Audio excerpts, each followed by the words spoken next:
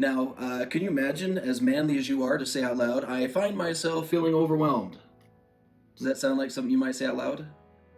No. Me neither. So this goes with that competency, guys. I finally had to label them. Now, bear with my label for them because I needed a label that worked for me. My most dangerous emotions fall into the pissy, whiny category because they're the ones I refuse to look at. Like, no, I don't feel overwhelmed. That's what sissies feel. Men do not feel overwhelmed. We are competent and we have all things under control.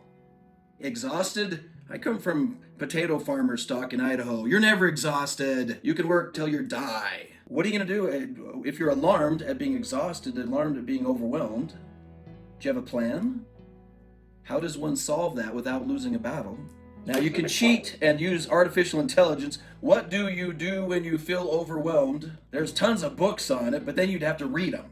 This is where our compartmentalization gets us into trouble. We focus on this job, we focus on that we need to get done, we focus on the other things, and we have these dangerous emotional spaces that leave us vulnerable to the satanic attack, and we don't even have a strategy on how to handle them, because when did another man sit down with us and say, now son, let's talk about some very manly and warrior-like responses to emotions?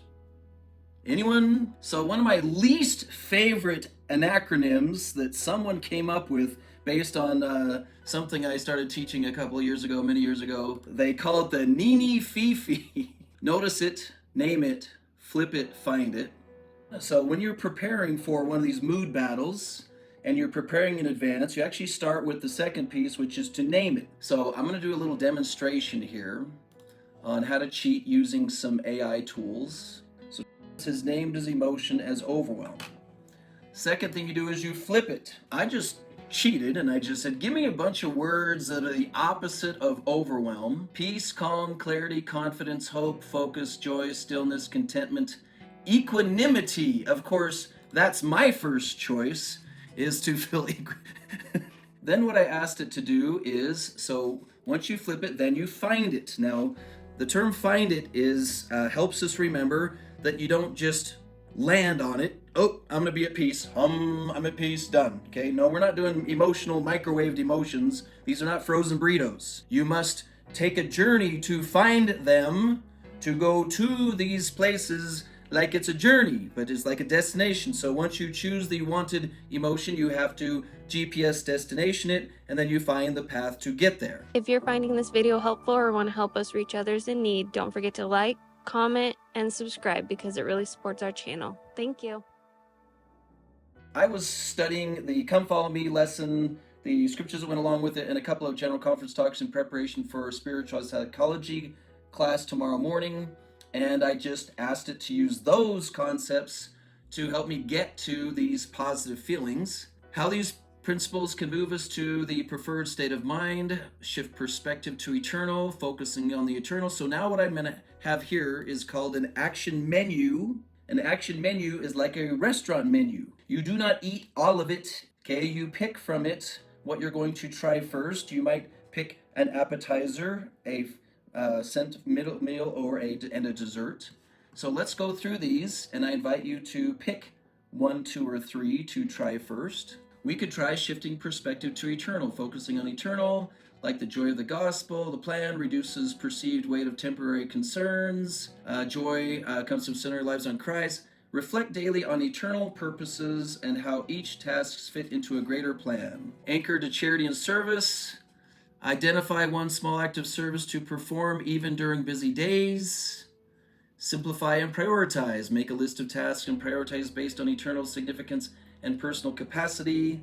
One of my favorite words I've learned in the last 20 years, or it's not one word, it's actually 2 words. It's called intentional neglect. Make a list of all the things you're not going to do today and give them to your friends. All the people who have expectations of you. I'm not going to do this, I'm not going to do this, I'm not going to do this. It's really nice to give to spouses. They love that. My wife actually does, because then she doesn't expect or hope that I'll do it. If I say I'm not going to reshingle the roof today, she goes, oh good, then I won't pressure you to do that. Pray specifically for guidance and peace when you are feeling overwhelmed. Set small and achievable goals for each day, focusing on progress rather than on the entirety of a task. In moments of stress, recite affirmation. I can do all things through Christ or God, grace is sufficient.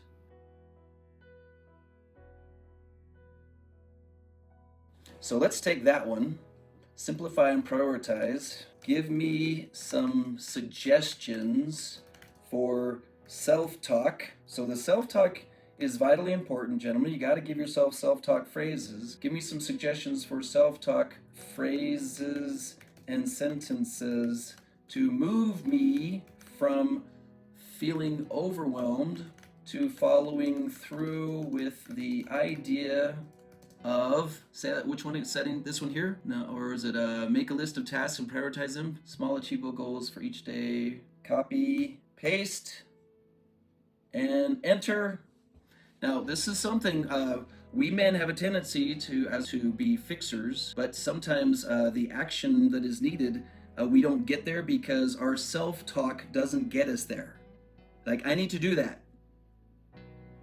Yep, sure do. I need to empty the dishwasher. Yep, I do. Honey, have you emptied the dishwasher? Nope, but I do know it needs to be done. I was about to do it.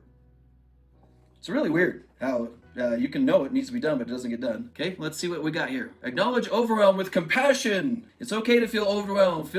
This feeling doesn't define me. Well, that's rather sophisticated. I'm doing the best I can, and that's enough for today. And I'm not doing any more. Amen. This is a moment, not my forever. I can find a way forward. Reframe the situation. I don't have to do everything at once. Small steps will get me there. What's one thing I can do right now to make progress? It's not about perfection without showing up. I'll just focus on the next step, one thing at a time. I just can't figure out what the first thing is. Progress is progress no matter how small. I only need to accomplish inserts to feel successful today. Overcome challenges like this before. I can do it again. Connecting to your purpose. Celebrating progress.